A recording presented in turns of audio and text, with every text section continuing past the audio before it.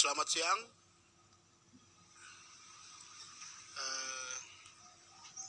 Pertama kami ucapkan banyak terima kasih kepada rekan-rekan wartawan yang telah menepati undangan peliputan yang sudah kami sebarkan. Dan yang berikutnya kami juga ucapkan terima kasih kepada rekan-rekan perwakilan mogok kerja yang sudah hadir di sini. Nah, konferensi pers hari ini kami akan bahas tentang yang pertama terkait hentikan pemberangusan Serikat Pekerja dan PT Freeport Indonesia segera jalankan rekomendasi nota pemeriksaan 1. Hal ini ditegaskan demi melindungi hak asasi manusia dari 8.300 buruh mogok kerja PT Freeport. Nah, seperti yang sudah diketahui bahwa sejak nota pemeriksaan 1 dikeluarkan pada tanggal 16 Desember 2019 sampai saat ini Agustus 2020 itu PT Freeport belum menjalankan 2 rekomendasi. Yang pertama menggugat 8.300 buruh yang melakukan mogok sah ini ke Pengadilan Hubungan Industrial, dan yang berikutnya sebelum ada putusan Pengadilan Hubungan Industrial, PT Freeport wajib mempekerjakan mereka dan juga membayar upah. Nah, fakta ini menunjukkan bahwa sampai hari ini PT Freeport jelas-jelas melakukan pelanggaran norma ketenaga kerjaan. Nah, itu mungkin awalan, dan yang penting saya sampaikan di awal ini juga rupanya pemberangusan Serikat Pekerja yang dilakukan oleh pengurus pusat bekerja sama dengan PUK, PC, KEP, SPSI itu rupanya bertujuan untuk mematahkan mogok kerja yang sah yang sudah dilakukan oleh 8.300 buruh PT Freeport. Nah, ini lagi-lagi menunjukkan bahwa si Serikat Pekerja yang kemudian mengintervensi, dalam hal ini Serikat Pekerja Pusat, itu jelas-jelas menunjukkan tidak melindungi para buruhnya yang sedang melakukan mogok kerja yang sah sesuai dengan pasal 140 Undang-Undang Nomor 13 Tahun 2003 tentang ketenaga kerjaan. Nah, ini yang kemudian sangat disayangkan, yaitu upaya ini dilakukan rupanya semata-mata untuk mendorong dan juga menguatkan dalil PT Freeport yang menyebutkan 8.300 buruh itu melakukan di PHK. Padahal dalil tersebut sampai hari ini PT Freeport tidak mampu tunjukkan itu. Kalau memang itu benar, ayo coba buktikan. Karena para mogok ini itu sudah melakukan pemberitahuan ke Disnaker Kabupaten Mimika dan juga ke perusahaan. Itu menunjukkan bahwa mereka sudah melakukan mogok sesuai dengan pasal 137 Undang-Undang 13 2003 dan juga pasal 40 Undang-Undang 13 2003. Ini menunjukkan bahwa lagi-lagi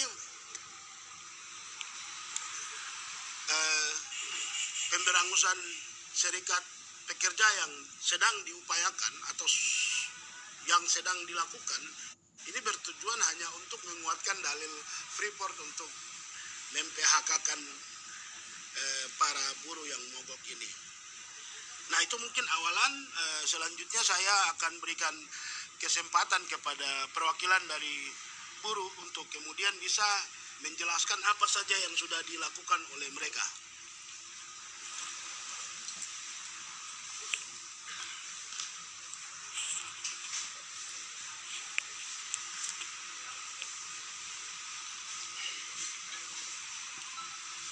Baik.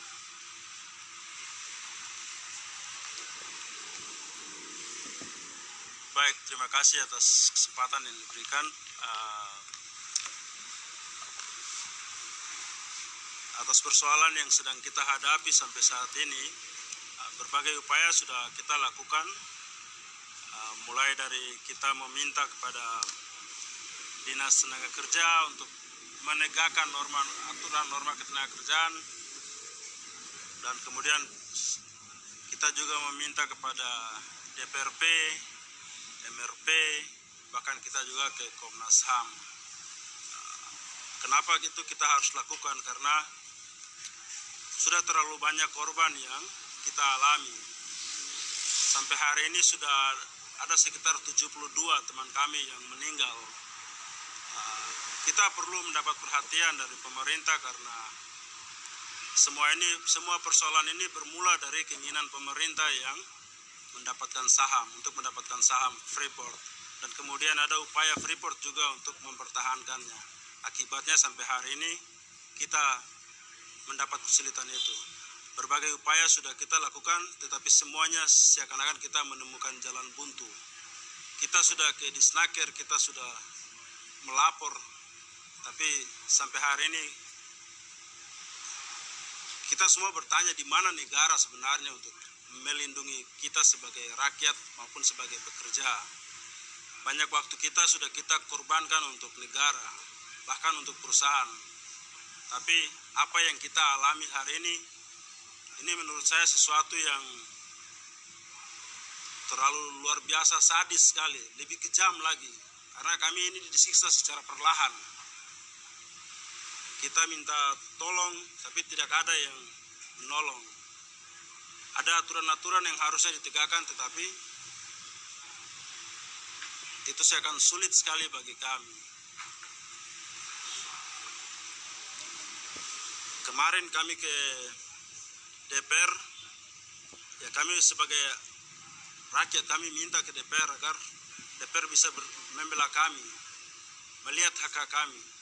Dari DPR memang dijanjikan untuk kita akan RDP, kemudian MRP juga begitu, mereka akan memanggil kita untuk rapat dengan pendapat dengan mereka. Begitu juga dengan Komnas HAM. Tetapi kami juga berharap pertemuan-pertemuan yang sudah kita lakukan itu harus segera dijalankan, karena kita saat ini sedang bermain dengan waktu dan nyawa pekerja. Jadi di kesempatan ini juga kami berharap supaya MRP, DPRP, Komnas HAM, bahkan gubernur dan pemerintah supaya bisa lebih bekerja lebih cepat lagi untuk menolong teman-teman kami yang saat ini sedang mendapat kesulitan dan mungkin saja akan jadi korban berikut lagi gitu. Kami semua berharap supaya dampak ini bisa berakhir selesai dan kita semua bisa kembali ke aktivitas kita yang semula. Saya itu mungkin dari teman saya.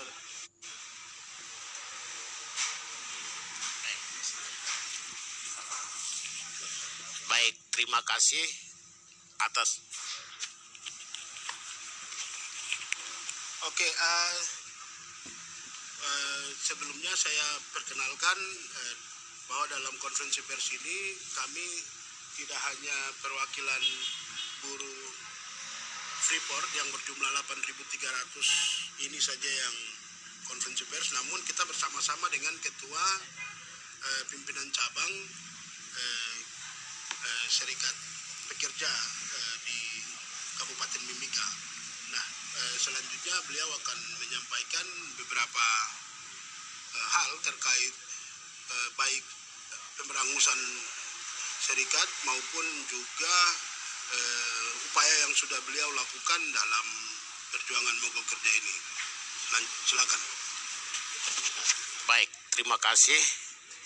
Saya sangat berterima kasih kepada LBH sebagaimana membuka agar supaya di mana saja rakyat masyarakat Papua dan Papua Barat untuk ketahui sejarah perjuangan mogok kerja ini.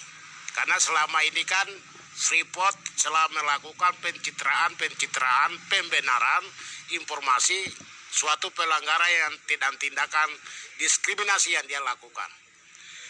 Untuk itu saya terima kasih juga kepada wartawan. Harapan kami ini berita ini kita bisa sampaikan agar supaya rakyat Papua, baik untuk Provinsi Papua dan Papua Barat bisa ketahui tentang bagaimana keadaan hak buruh yang dihilangkan oleh pengurus PT Freeport Indonesia. Pertama, kami sampaikan bahwa memang kami punya di tingkat PUK, basis PUK itu 16 PUK mogok bersama itu dikeluarkan pada tanggal 20 Mei 2017. Jadi pada bulan Mei ini, kenapa dari 16 PUK itu sepakat menyampaikan kepada manajemen PT Freeport?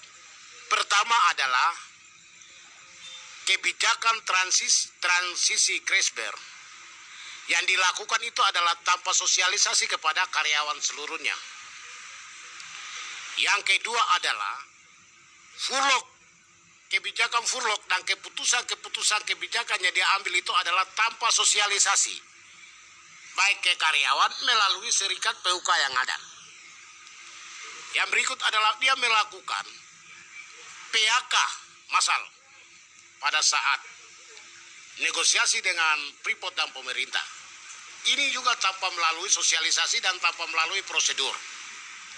Berikut adalah setelah menyampaikan surat mogok 1 Mei berketepatan dengan May Day, Freeport secara terbuka di hadapan kepada pemerintah daerah, bahkan juga pemerintah provinsi, dan di depan kementerian telah menyampaikan surat resmi untuk mogok dengan tuntutan agar supaya kebijakan menyangkut ke tenaga kerja dilakukan sesuai dengan ketentuan-ketentuan yang ada, agar supaya pekerja penambang Freeport itu tidak merugikan.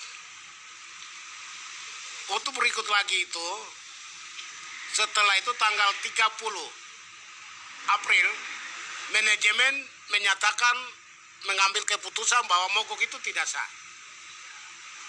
Itu surat resmi dikeluarkan oleh yang ditandatangani oleh Pak Akbar Ardianto.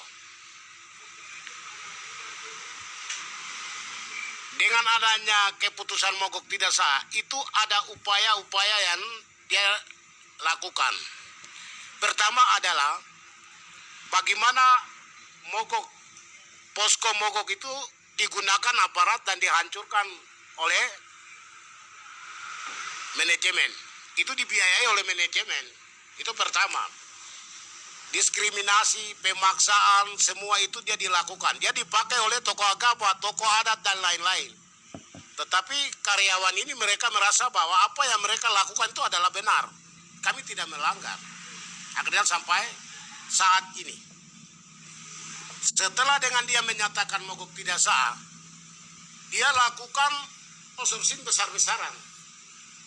Dia rekrut perusahaan, dia datangkan tenaga kerja dari luar Papua.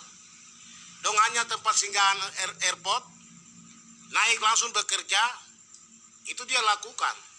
Jadi beberapa tindakan-tindakan yang lakukan ini, kami dari Serikat Pekerja di Kabupaten memandang bahwa itu adalah suatu perbuatan kejahatan hukum dan HAM. Ada banyak uraian-uraian yang kami sudah lakukan.